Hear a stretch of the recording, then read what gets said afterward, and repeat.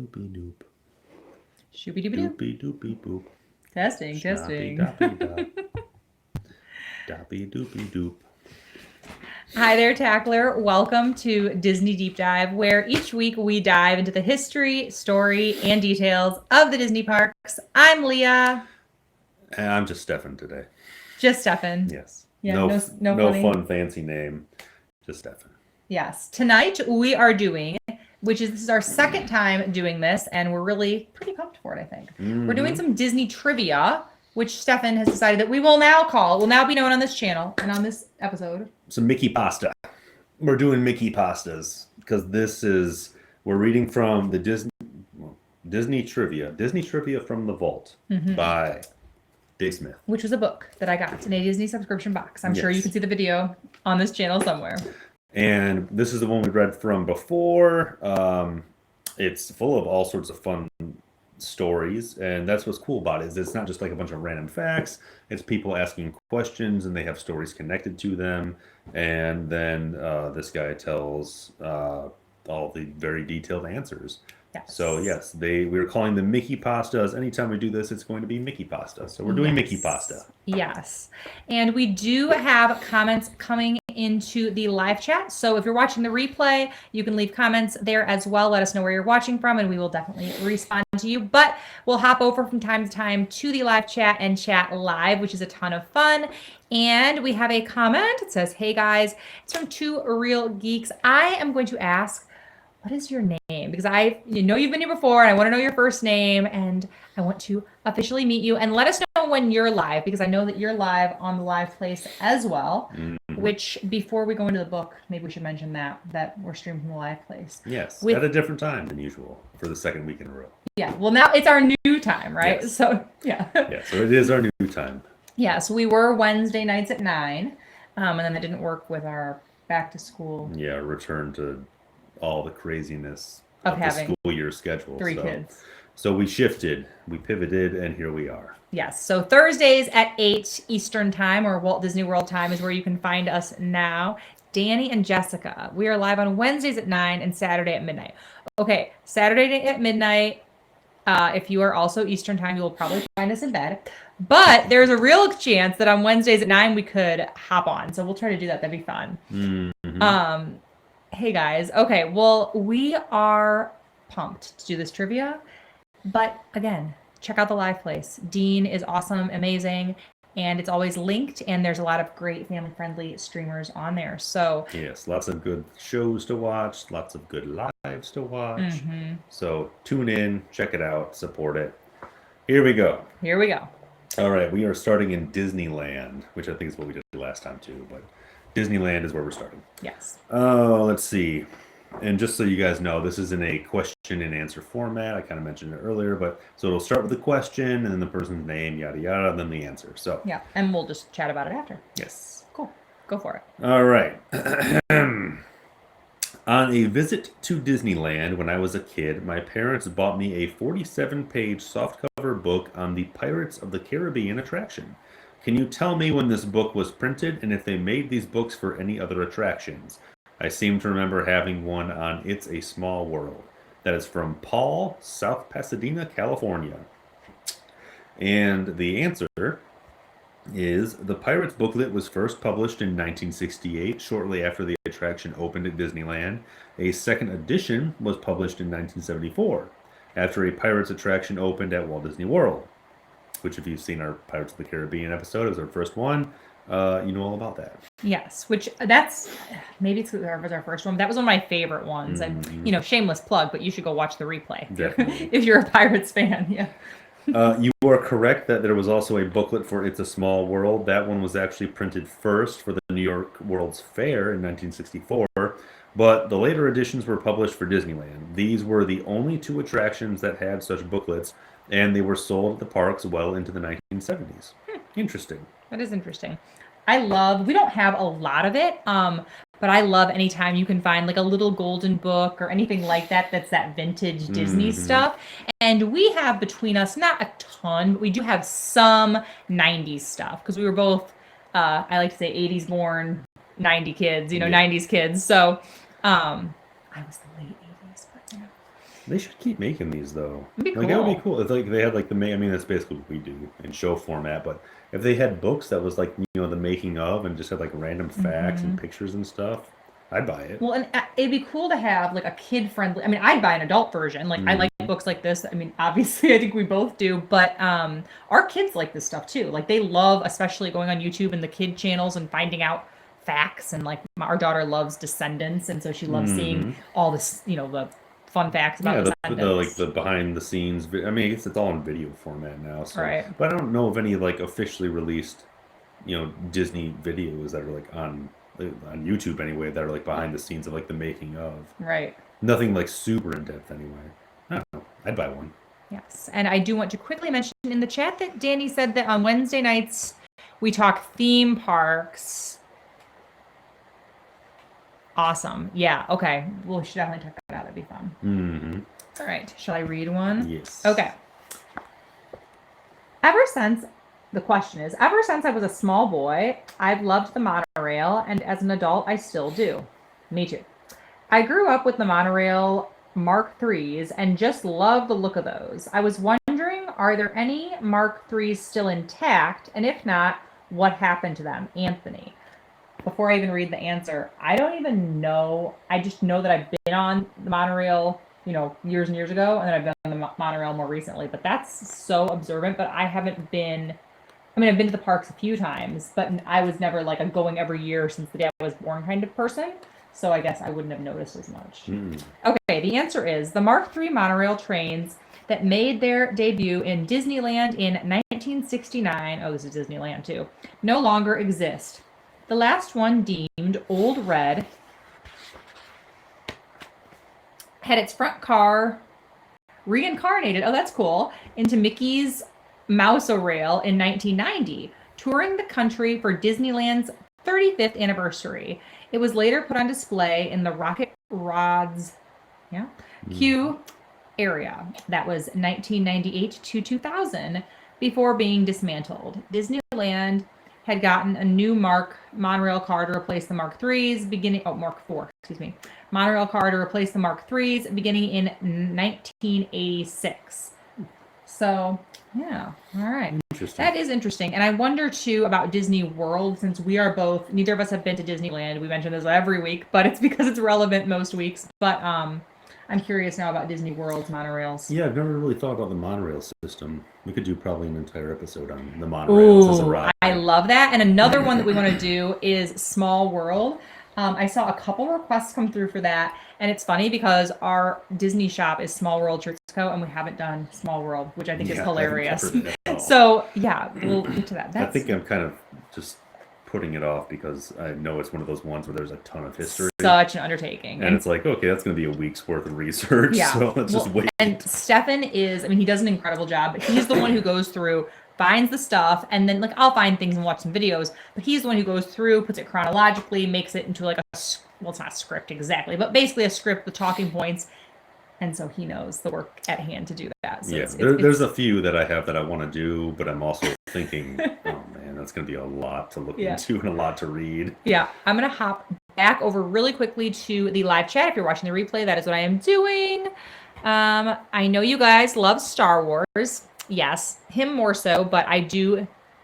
Yes, he loves Star Wars. Yeah. Check out our video. We did the ride and had Galaxy's Edge. Awesome interactions and caught. Ooh. Oh, nice Star Wars fireworks. Yeah. Oh, makes it hard to take the monorail now since the buses drop you off at the gates. Yeah, that is a good point. I have heard a lot of people talking about that. I still love the monorail and the convenience of it, but there's definitely perks, I think, which is interesting now that there's perks to buses, because I feel like the perks of the monorail before were just far outweighing the wait times for buses. But that is interesting. That's a good point. All right. Go for it. All right. Next question. The mouse ear hats were originally the idea of... Oh, that's the answer. My bad. Oh, boy. Gosh. All right. Well, you know what it's about, though. On our last trip to Disneyland, we noticed all the new mouse ears hats that are available that can be custom made. Super idea! Exclamation point. Neato. And we started asking around as to who was the first person to suggest the mouse ears and what year they started. I wonder if they're just asking like random people that they were walking by. Someone walking down the street, not Ma'am, a true ma'am. Disney person. Like what? Do you know where the mouse hats Like, originated? Oh my gosh, Kimmel. Oh yeah, yeah, like I'm gonna how ask we- random people. Yeah. I hope so. I have a small collection from way back, but was just wondering. Jeannie? Jeannie. Jeanne? Jeannie? Sorry, we're butchering your name here, girlfriend. Banning, California. Okay. Okay. The mouse ear hats were originally the idea of Roy Williams, who was a Disney story man, and the Big Musketeer on the Mickey Mouse Club TV show. The original licensee, the Benet Albi Novelty Company, began producing and selling the hats after their popularity on the show at Disneyland and in stores everywhere, which is something interesting that I didn't realize until recently, that all the merch and everything, I mean, maybe some of it, but a lot of the merch is produced by like outside companies who buy it from Disney, buys it from those people. I was listening to a what is it? The Fat Man Beyond, Kevin Smith's podcast, and a guy was talking about how he makes hats. I don't know. I think they have like metal rims. They're Star Wars hats anyway. And Disney buys them from him. He was making them already, and then Disney found them and like sourced them out and was like, "Hey, make them for us." So he makes them and sells them to Disney. Yeah, I didn't know that either. So a lot of the merch is from outside retail. Yeah, retailers. But she's talking about the embroidered, not like the Minnie Mouse ears that are so popular now. Mm-hmm. She's talking about the embroidered hats. Yeah, which now I'm sure they just they source them from somewhere right cheap. Well, did you have one? I had one as a kid. My brother did. All three of our kids have one. I didn't have the classic one. I had and this was a 90s thing, I think, but it was the one where it was just like Mickey's, like if you imagine from like the nose up of his head, it was that, but it was a hat.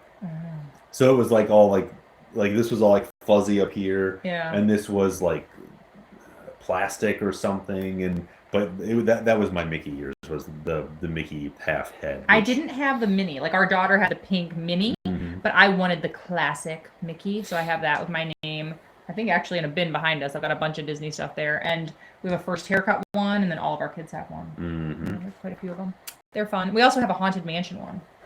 Those are fun. Oh yeah, we do. It's Madame Leota. Is that what it is? Yeah. Yeah, it's cool. Very cool. All right. Okay. All right. There is an Arabic inscription on a wall right before making the final left turn to the docks on the Jungle Cruise at Disneyland. What does it say? I have asked perhaps 50 people over the years, and no one knows. The Arabic...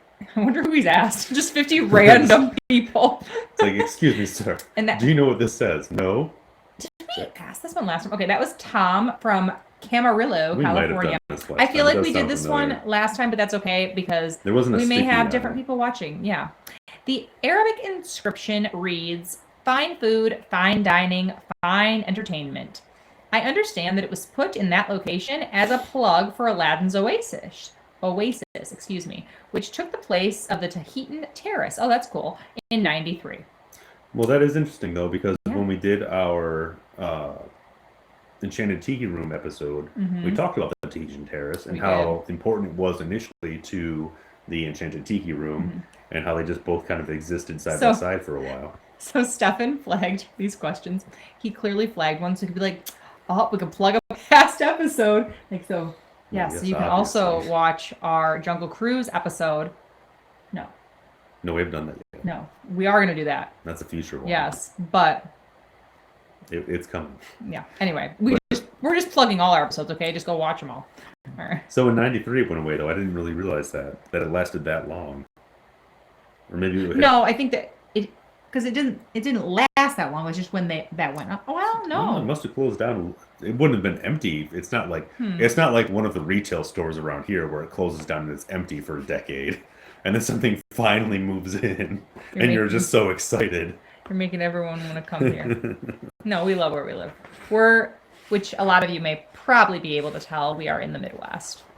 Yas. Let's see. Oh, here's a good one.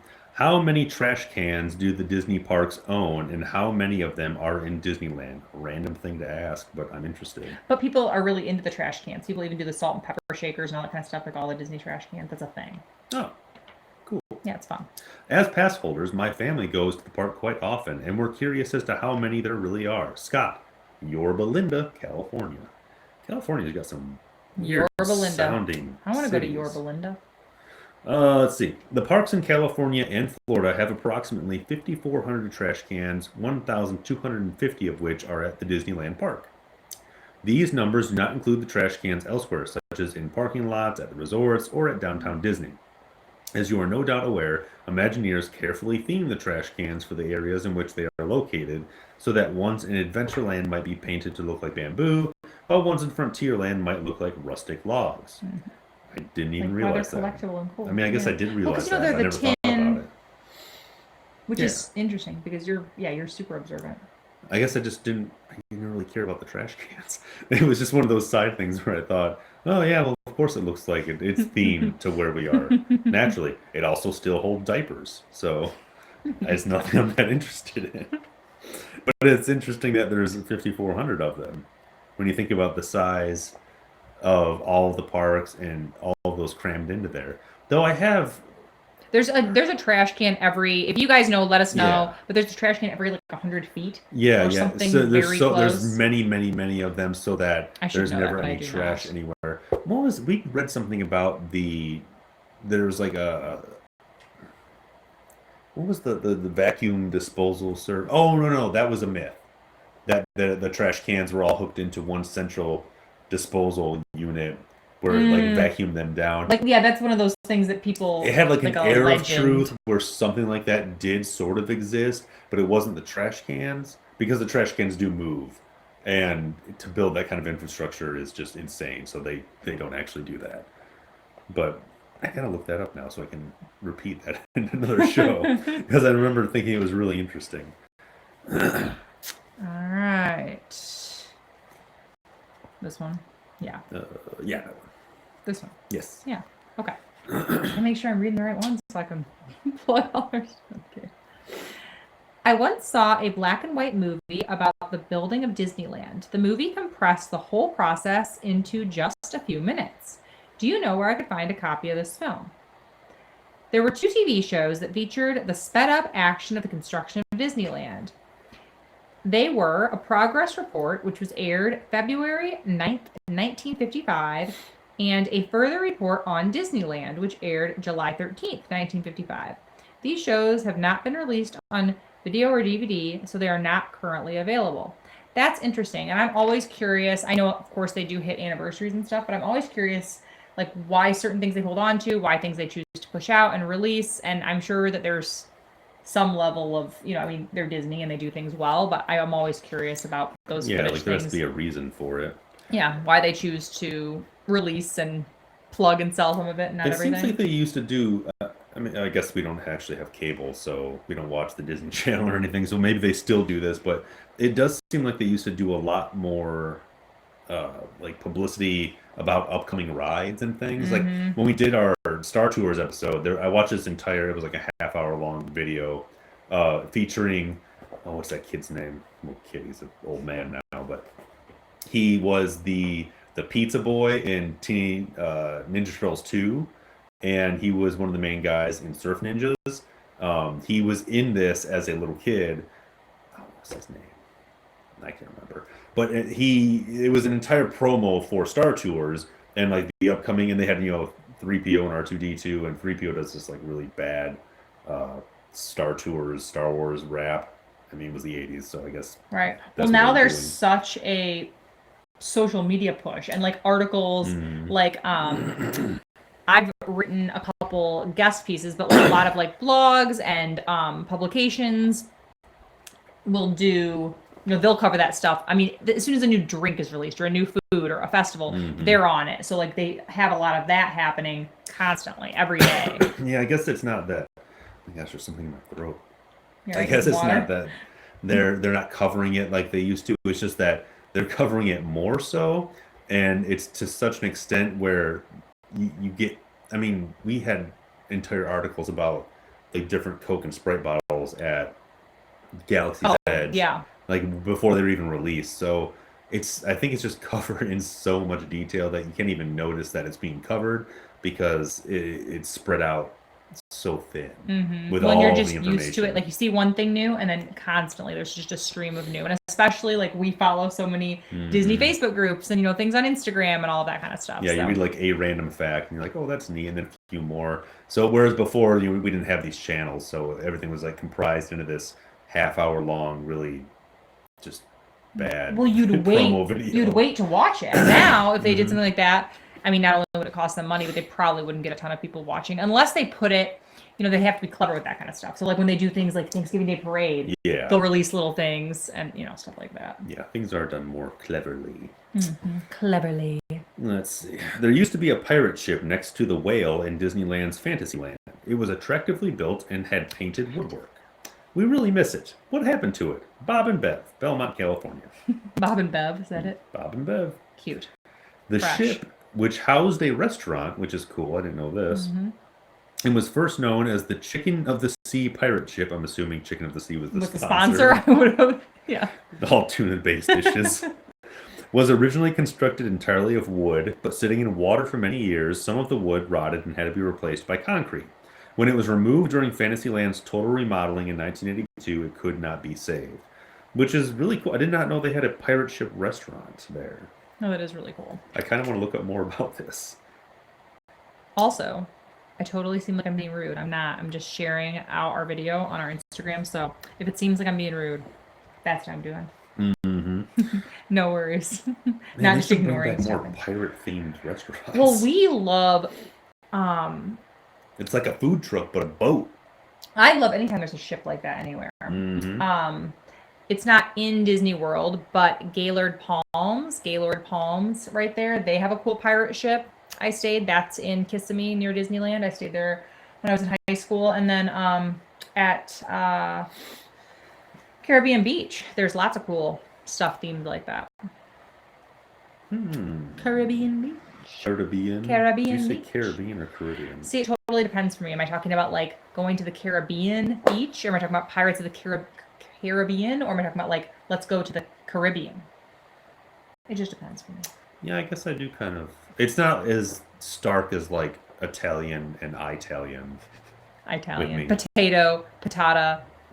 Because I do interchange Caribbean and Caribbean depending on who's talking to me and what I'm talking about. Well, I think for me it's what I'm talking about. But it's always Italian. It's never Italian.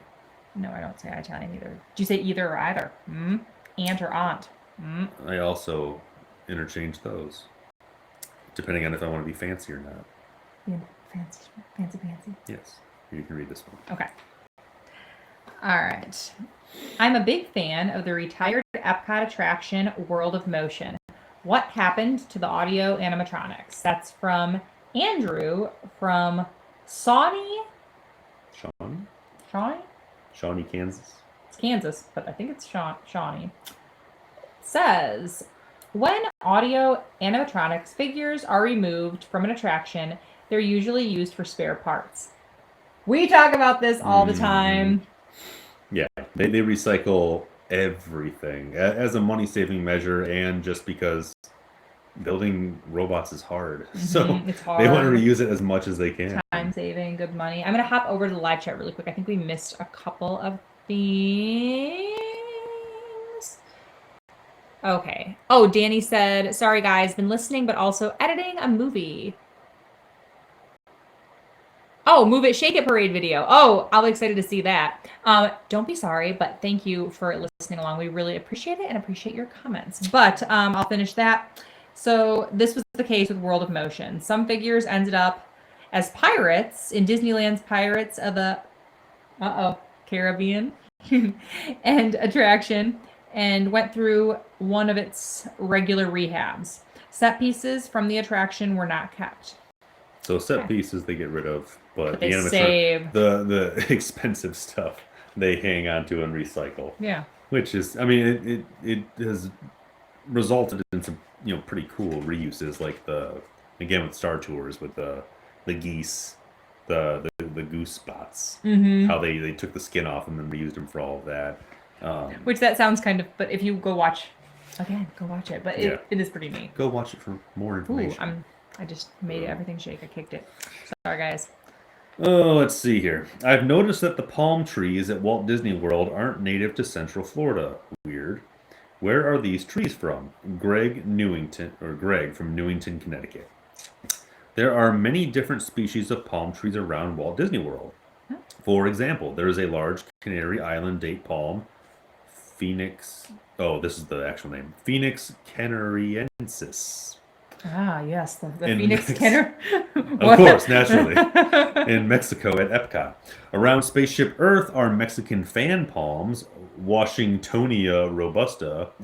At the Polynesian Resort, there are hundreds of palms, from the common queen palm, Aracastrum romanzophiana, to the unusual ribbon fan palm, Livistona decipiens. Sago palms, okay, I'm done with the names, can be found near the entrance to Tomorrowland in the Magic Kingdom. Disney landscapers have been known to search the world for just the right trees to match the various themes at the resort. I did not, I mean, I guess I realized at the Polynesian, Yeah, but I mean, for someone who lives in Michigan, when right. you leave Michigan and go anywhere tropical, you just assume all the plants there live there. You're just like, ooh, a palm tree. Yeah, Yeah. because everything is so different. You just, I mean, I don't know. I never really had a reason to think that it didn't actually exist there. Mhm. So they come from all over the That's place. interesting, and I'm so interested by all of the details, the Disney details. But I would love to talk to a landscaper, like where can I find a landscaper? Yeah, I if you would know like a to Disney interview you. landscaper, let's get a hold of Yes. us so we can interview you Yeah, that would and be find out all so. of the details. That I think that would be so cool to do some interviews on here Mhm. eventually. Yeah. Yeah, we got to get a hold of some peeps. Mm-hmm. All right. Ready, steady? Yes. Okay. Are the buildings in the England section of World Showcase at Epcot exact replicas of buildings in Europe? That question is from Carolyn in Newark, Ohio. And the answer is no, they are not based on any particular buildings. Disney designers wanted the England section to present a blend of architectural styles: Victorian, Yorkshire Manor, Tudor, Georgian. Am I saying that right? I think so. Mhm. And Regency. Regency. Thank you. There is even a Shakespearean cottage. Imagineers spent 3 years on research, looking at pictures, visiting historic sites throughout England, Scotland, and Wales. Let's get that job. Get to go to England, Scotland, and Wales. That's See, so this fun. is the interesting thing is they I would it's not they don't cut corners. I'm not saying they cut corners, but they creatively recycle things to save money, to stay within budget. They they come up with things in ways to make it so that things are as cost effective as possible. But then they will also spend 3 years researching buildings to create a look and a feel for a certain place, when really they could just go, I mean, they could just go and copy buildings. No one's going to know. If they're trying to like find all of these different styles, you just go, okay, here's a Victorian building, here is a Yorkshire Manor, here's a Tudor building. And you find all of these, and then you just copy those buildings and put them into this space. I mean, you would think it's the same thing, but they instead create brand new versions, create their own to Mhm. blend them all together and make an effect that you wouldn't else, find anywhere else. It's just interesting that the ways where it's like, okay, they're very budget conscious, and then they're also like just spend all of this time and effort, to create this one particular thing. Yeah. Well, and I think it's necessary, and they know it's necessary because yeah, these people are the best of the best, but still, in order to, just like they do for the movies, in order to get, even if they are using, fictional towns and fictional buildings, or they're just kind of making it up, it's not based on anything in history or that they've been to exactly. They know that they want those to feel and be as authentic as possible, and they want the people to have experienced the culture, really gone deep and got a feel and an understanding and a vibe so that they can make it.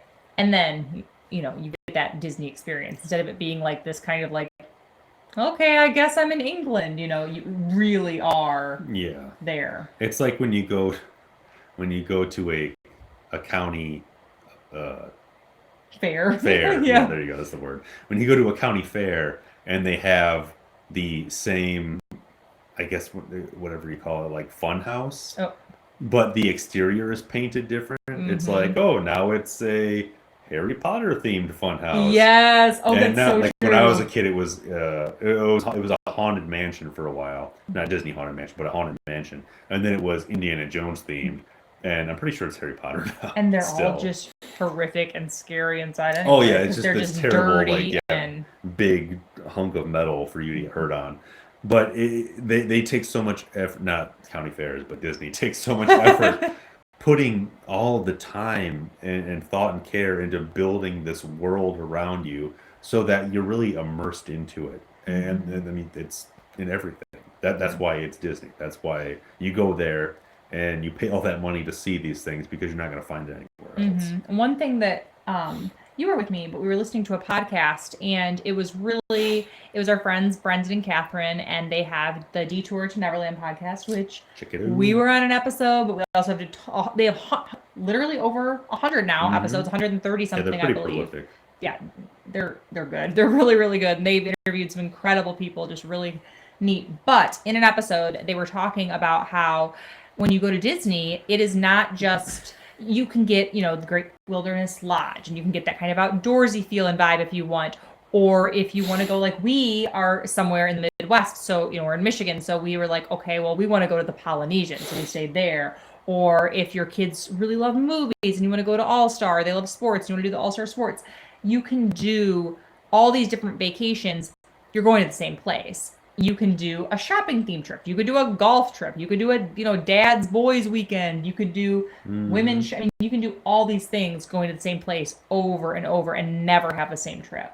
Yeah, yeah, it's pretty amazing that there's that much there to do, and that they maintain it. Also, I mean, Mm-hmm. it's just another one of those things. It Yes. blows your mind every time. Every time. And yes, That's we agree. I'm in the live chat, and Disney does theming the best. They drop all they can into it. Yes, we clearly agree.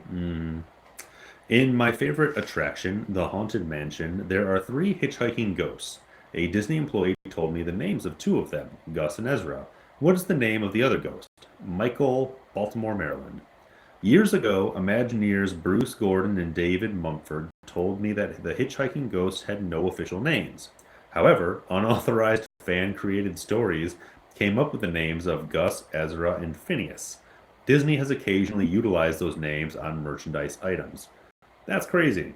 That the fanfic became the actual thing. That does not usually happen. If you know anything about whew, Oh, fan yeah. fiction, we have a cute. I should over. You cannot see, but we have a big shelf. That'd be fun to do sometime. Go through all of our Yes. pops. If you guys would like that, let us know. We have a ton of pop figures and some what are they called, the vinyl ones, like Vinylmations. Is that right? Yeah. I think so. Adorbs? Adorbs? Adore. Oh, Yeah, Dorbs. Dorbs. Dorbs. Dorbs. Yeah, those are the other ones. Yep. Dorbs. We have quite a few of them, including a really cool hitchhiking ghost. Mm-hmm. Well, no, that was the ghost we have is the Hatbox Ghost, Oh, that's right. That's right. That's right. which is really cool. That was my first dive into Haunted Mansion history because I didn't know Mm-hmm. anything about the Hatbox Ghost, and then I had to learn everything about the Hatbox Ghost. Yes, and that's also because we have Halloween coming up. We want to do haunted mansions. Yes, that's going to be a research-heavy episode, so Yes, but that'll be a fun one. it'll be a fun one, and it's going to be a long one too. So look forward to that because it's going to be all sorts of good info. Yeah. Um, oh shoot, we have one more tagged, and then we can just Okay, read then we can random just ones. chat. Yeah. Okay. Which one? That one. Okay. The question is, I think there used to be more skeleton pirates in the beginning of Pirates of the Caribbean. My father also says there were more than one flume drop. Are we both crazy? That is from Scott in Edison, New Jersey. I wish the answer was just yes. Yes, period. You're both crazy. Printed in the book. Okay. There are two flume drops in Pirates of the Caribbean at Disneyland and one at Walt Disney World, so your father may have ridden both. The number of skeletal pirates varies in both attractions, too. This is a very nice way of saying you could be crazy, or here's this. You probably rode both of them. Yeah, you probably wrote both.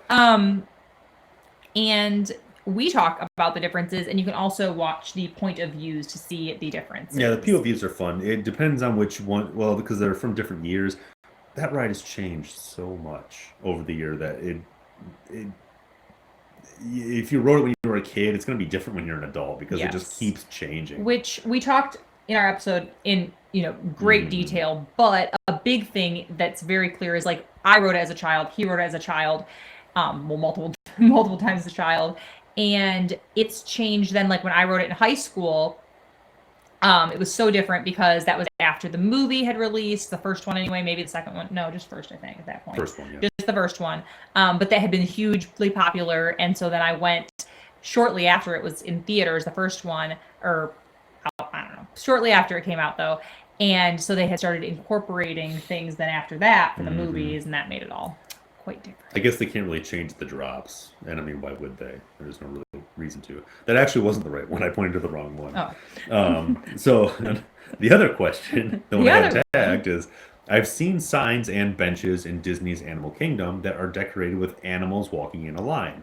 There is a dragon among them. Ooh, yeah. What does it have to do with the park? Emily Luling, or that's Louisiana, isn't it? Yes. Yeah, Louisiana. I was going to say LA.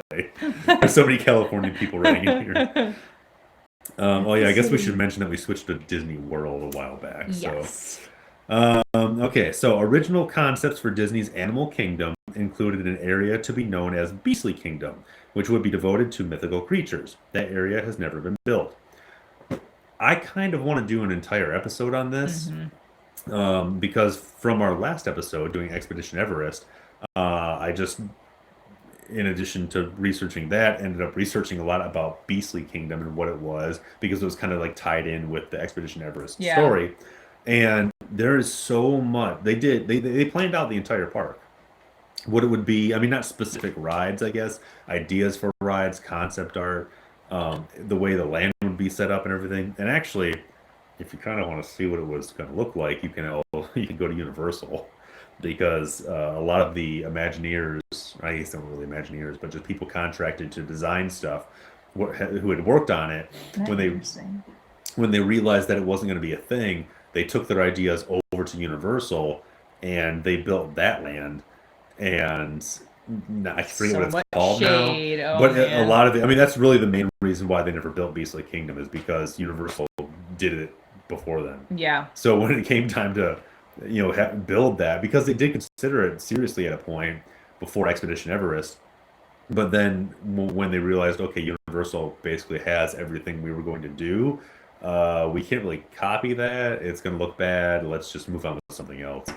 But so interesting how they had it all planned out and the way they were going to have everything set up. I think it would have been cool. I think it still could be. And seeing as how the dragon is still in the logo, I feel like maybe they are considering something one day. I mean, they could, or it could just be like one of those. I mean, we talk about this too, but it's one of those just like little things, and you kind of have to be really into Disney to like know and kind of like be in on it, which is fun. Like it's fun to have it, but I mean, they definitely could be leaving that door open, or with the dinosaurs, like doing something. Well, but with the space that was supposed to be used for it is now Pandora, so at least a portion of it. I don't know if it's the whole thing, but they don't really have any space for it there anymore unless they expand further. I mean, I guess Pandora Avatar has the dragon things, banshees. I think. Yeah, there's banshees. I've only ever seen that movie once. Yeah, we have a long list. Actually, always leave comments. We have a long list of movies that we come up with whenever we're doing these talks, and we should watch that one. I want to watch. What did I say I wanted to watch? Haunted Mansion. Yes, I want to watch Haunted Mansion for Halloween. I haven't seen that either. Hopping back to the comments, Pirates of the Caribbean got so boring. Okay. I remember it being so bad. No, oh my gosh, no! You please, okay. And this isn't just a shameless plug, but go watch our episode. I think knowing that stuff just makes it more fun. Like doing these dives makes all this, it just, because then you're looking for it and it's exciting. But I'd be curious to know if you liked it as a kid, though. Let us know for sure. Yeah, I thought it was cool as a kid. Yeah. I think it's cool as an adult now, knowing everything we know about it and the history and the way they made things and the way things are put into it. And it made it way more interesting. I like it because I think that it's a great ride for families, and we have like a family of young kids, but I think it's a good one because it kind of can appeal to everybody. Like it doesn't have to be a thrill seeker. It doesn't have to be, it kind of just, I mean, I guess that's maybe my own personal things. I remember my whole family really enjoying it, but yeah, I love Pirates though. I mean, it's a classic. You're never gonna get rid of it. Cult classic, cult favorite. It's gonna be there forever. Let's see. That was all of the ones that we had picked out. Let's see. Here, I'll do this one. Okay. How did Walt choose Orlando as the site of Walt Disney World? And that's from MG in Tampa, Florida. Walt wanted an East Coast site in an area that was with a climate allowing for a year-round operation. He also needed an abundance of land at a reasonable price. Central Florida fit those criteria. Well, yeah, swamps go pretty cheap. So he got the whole thing for pretty cheap. Let's see. What's another good one? Oh, here we go. How were the countries selected to create World Showcase? And there's constantly rumors about new ones coming and like different ones. So this is a good one. People always have opinions. Larry of Marion, Indiana. Marion, Indiana. Disney originally sought sponsorship from governments of different countries. They had in mind a group of key countries which they felt had to be in World Showcase, such as Canada, Mexico, England, China, France, Germany, Italy, and Japan, but found such a pursuit to be difficult. Disney then sought sponsorship from companies that operated within these countries. Oh, okay. And here they had more success. Canada and Mexico were placed closest to Future World, as they are the countries that border the U.S. Originally, the American Adventure was to be placed between them. As sponsors were found, the countries of Norway and Morocco were added, though some pavilions, including Costa Rica, Spain, Equatorial Africa, never came to fruition.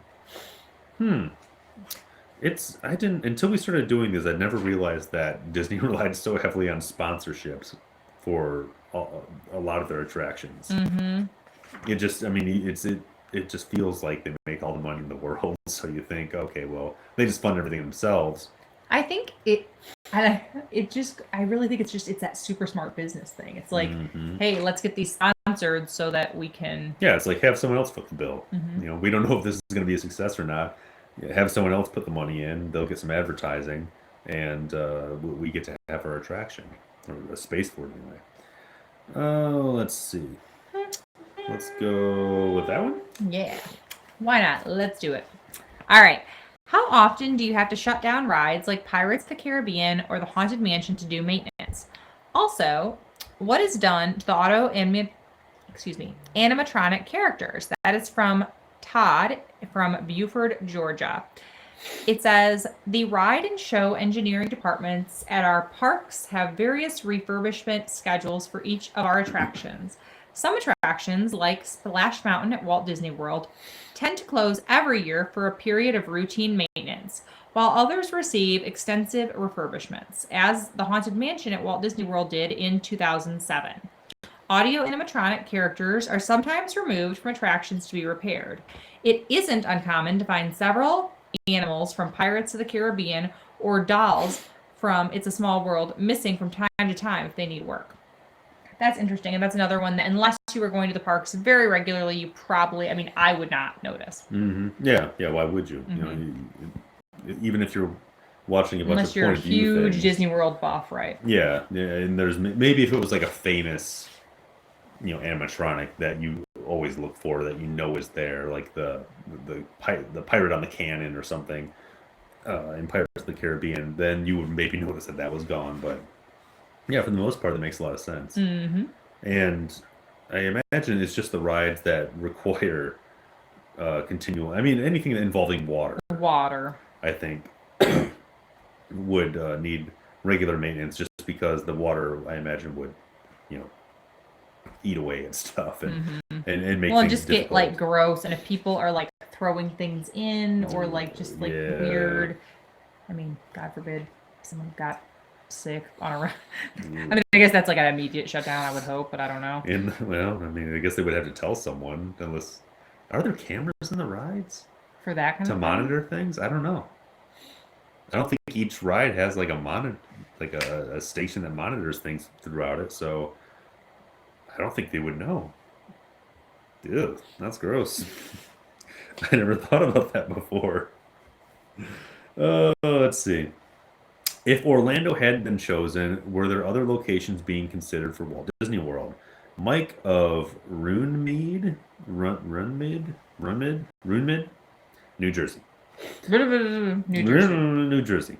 Walt Disney had at one time considered doing something in Palm Beach, but soon decided that Central Florida was the ideal location. After several surveys of the area, the decision was narrowed down to 3 choices between Dayland and Daytona Beach in Osceola County and Orange County near Orlando.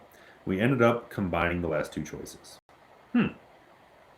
So, man, I wonder if we could, because the project was a secret. Like, I remember they had called it a secret name under a shell company because they didn't want people jacking the prices up of the real estate when they found out that they were trying to buy something. So, man, I wonder if any of those places knew that they could have had. Like, we almost could have been Walt Disney World. Wow, that's got real. I mean, it's in Florida anyway, so it brings tons of people around there. But still, to know that like you almost had this park there, that's kind of crazy. Huh. Well, Orlando is just getting busier and busier and busier. Anytime you talk to people, or like we have some friends who are there, but also just we are involved in a lot of Disney groups and we pay attention and follow a lot of Disney people. And the ones who live in Orlando are just constantly talking about. I mean, it just gets busier year over year over year. It's kind of crazy. Yeah. Oh. All right, should we do a couple more? Let's do one more. All right. We don't want to use them all up because we want to have some other. Yeah, these are fun. Pastas. And if you guys have other book ideas for Mickey Pasta, pastas, let us know. I did link this one in the description box on Amazon. It's a really fun book, but I know there's probably a ton more. So if you know of one that's good, let us know, and maybe we will purchase it and use it. Man, these are just like obvious. Or not maybe not obvious to like those not in the know, but I feel like anyone watching this is already going to know these things. Well, yeah, unless they're just watching because we're they awesome. like us. Oh. Yeah.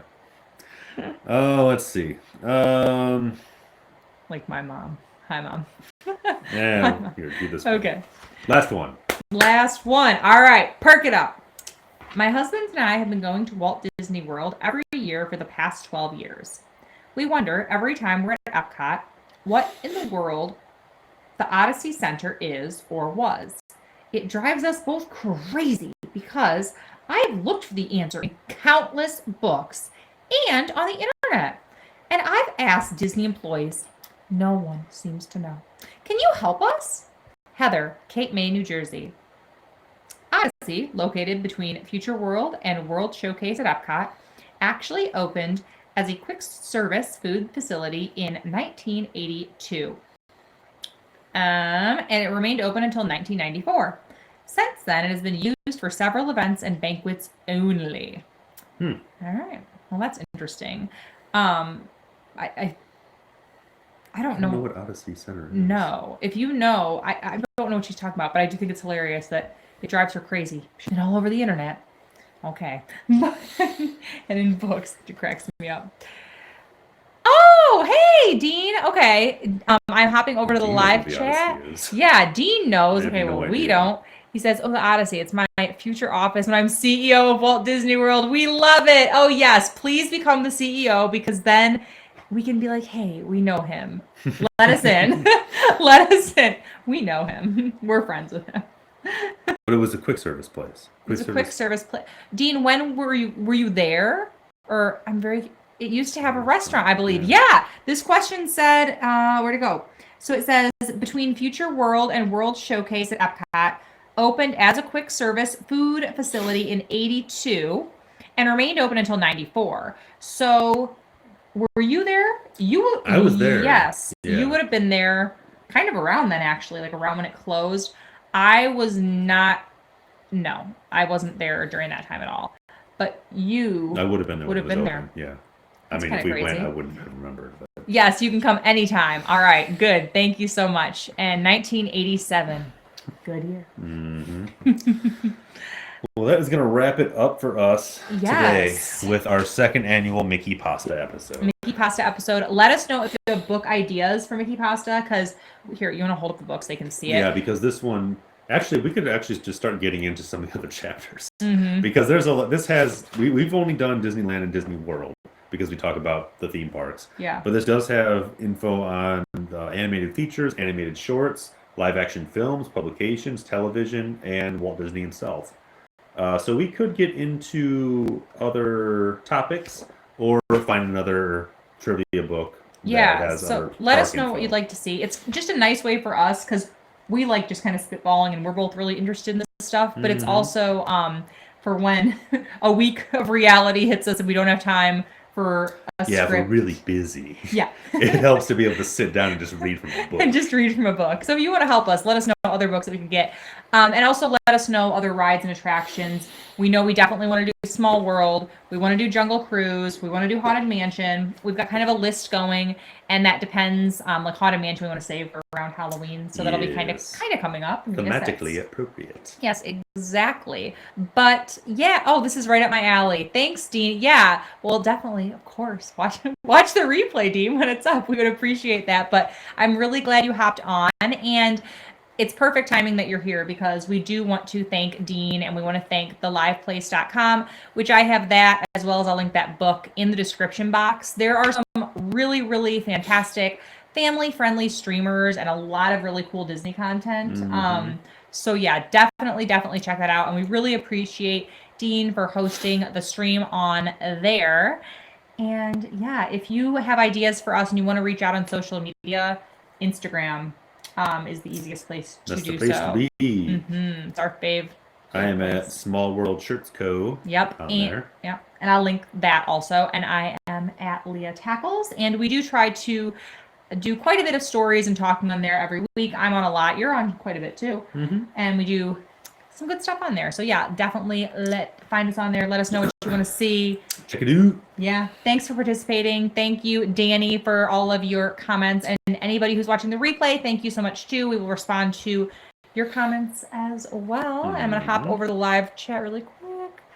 Horizons, I really appreciate that. I love what you're doing. Very nice couple and great topics. Thank you so much. We appreciate that. Yes. All right. Are we done? We good? We're good. All right. Thanks for watching, guys. Yep. Have a magical day. Bye, guys.